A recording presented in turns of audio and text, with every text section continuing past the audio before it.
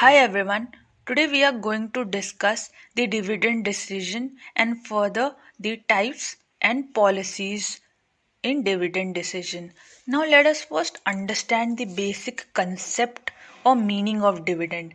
See, every company earns certain profits, okay, and it becomes very important that the company takes the decision regarding whether to distribute the amount to its shareholders or to retain earnings in the form of retained earnings. So, when we talk about dividend decision, it is a very important decision because it is through this decision that the company decides whether to distribute certain amount to the shareholders or to keep retained earnings for further future investments, right? Now, we all know that there are other two decisions also, that is the capital structure and capital budgeting. When we talk about capital budgeting, it talks about the various sources from which we can obtain the finance and further what will be their percentage in our structure, whether debt will be more or equity will be more. And then when we talk about capital budgeting, it focuses on where to invest that amount which we have obtained, okay? Because we have obtained that amount to invest somewhere, right? So capital budgeting tells us where to invest that amount, okay? So here we discussed various capital budgeting techniques in a previous video. So when we talk about dividend decision, it is very important because the company has to decide the amount of dividend that it has to distribute to the shareholders, right? Now let us discuss the various types of dividends or dividend. The first one is property dividend. See, this is a dividend wherein the dividend is paid in the form of assets, okay? Okay, so it is basically followed in Western countries. As of now, it is not followed in India or Asian countries, right? Then the second one is a cash dividend. It is basically the dividend, common dividend, which we get in the form of cash, okay? Then comes is the scrip dividend. Scrip dividend basically is a kind of dividend in which a promissory note is issued to the investor or shareholders, wherein the company promises to pay the dividend, okay, at a later or a future date. Then comes is the liquidity dividend. See, when a company liquidates or closes, the the certain amount is returned to the investor, and this amount which is returned to the investor is basically called the liquidity dividend. Okay, so what did we understand? Basically there are many types of dividends, okay, like property dividend, okay, which is given in the form of assets. Then cash dividend given in the form of simple cash, okay. Then scrip dividend, wherein a promise is made through promissory note to the investor to pay at a later date. And then the liquidity dividend, wherein the amount is paid when the company finally closes or liquidates. Now let us discuss various important policies of dividend decision. See, the first one is stable dividend policy. This is basically the most commonly used policy nowadays. What happens in this? Basically, the company pays a fixed or a stable dividend to the shareholder. Okay, it can be either through in percentage terms, okay, like certain percentage of the profits earned after tax, okay, or it can also be a certain amount per share, okay, like 1 rupees per share, whatever the value of the share is, okay. Then it guarantees certain minimum dividend, okay.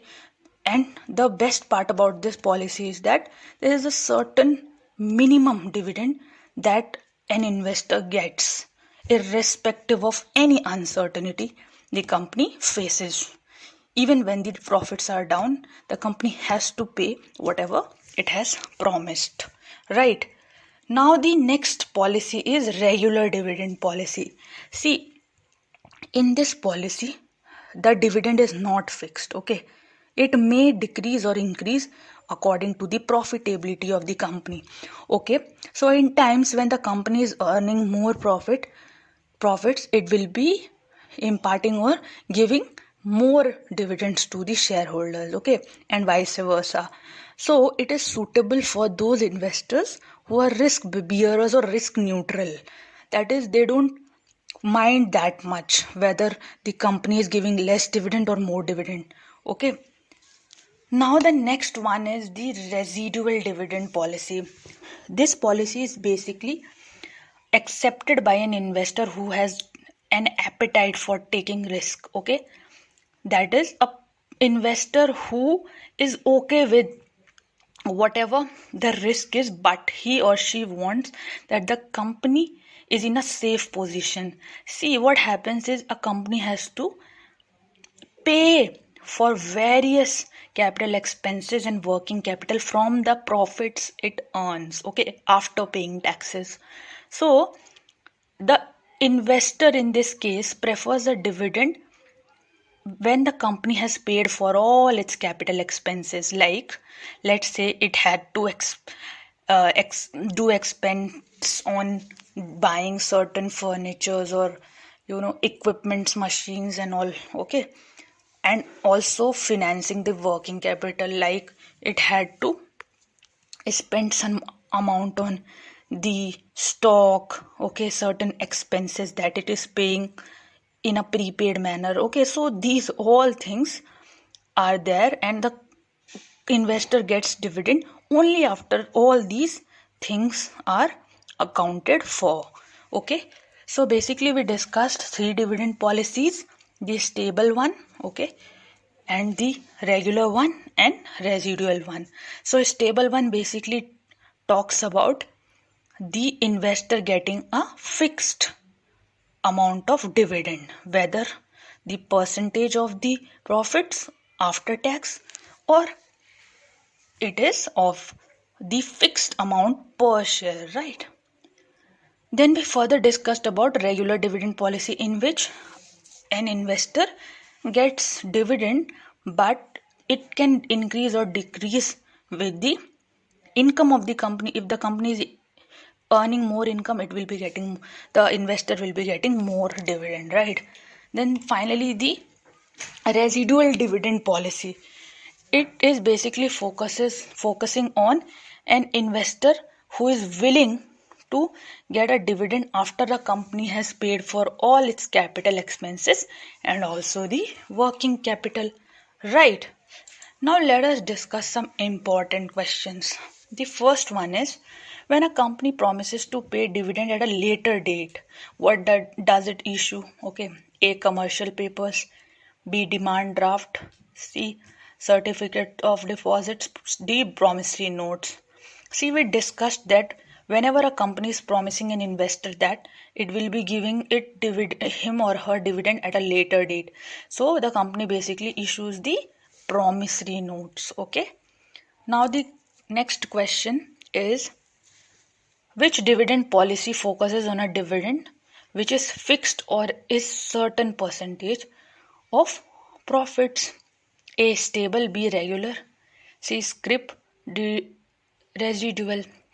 So as we discussed, that stable dividend tells us that you are getting a dividend on a fixed rate of the profit or fixed price or fixed rate of the price per share, right?